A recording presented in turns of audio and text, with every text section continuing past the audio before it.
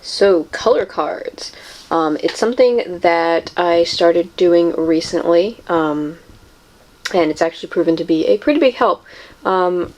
It's something I always wanted to do, but I didn't have that many paints, so it really didn't make much sense to do.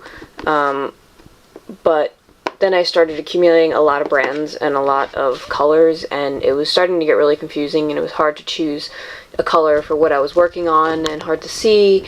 And then reading Red Horse Artworks blog post about her color cards and how she does them,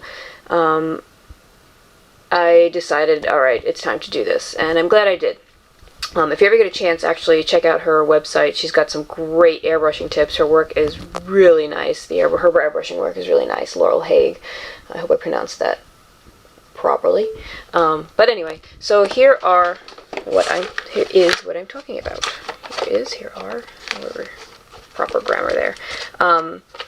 These are color cards that I have made of all of my paints, oil and acrylic. I'll take one out here. This is my Liquitex card number 2. What I would do is, well, I tried to group them together, but then it just, when I got new colors, it was like the card was full. I didn't want to start a new card, but whatever. They're there. And the reason to do this also is colors dry differently than what they look like out of the tube.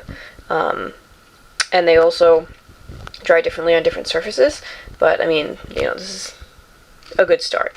What I took was actually an old sketchbook I had, was like the perfect size to do this with. I drew some squares and I name what the color is, and if there's a color number on it, I put that there also in case I need to reorder and can't find it or something.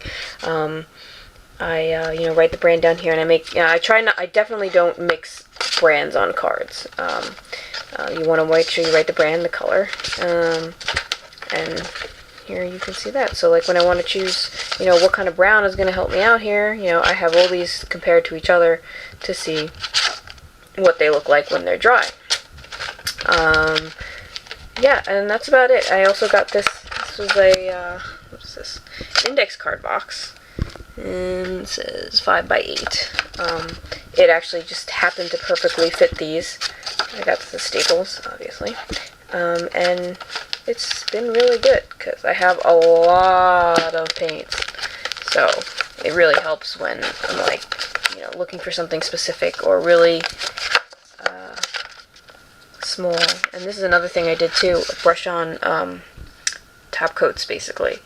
And so see, I did it against black and against the white also, so you can see like when I'm finishing something and I want, a touch up of a brush on sealer or something, I can see what kind of finish it's going to give me and if it'll match what I have on there already that's usually sprayed.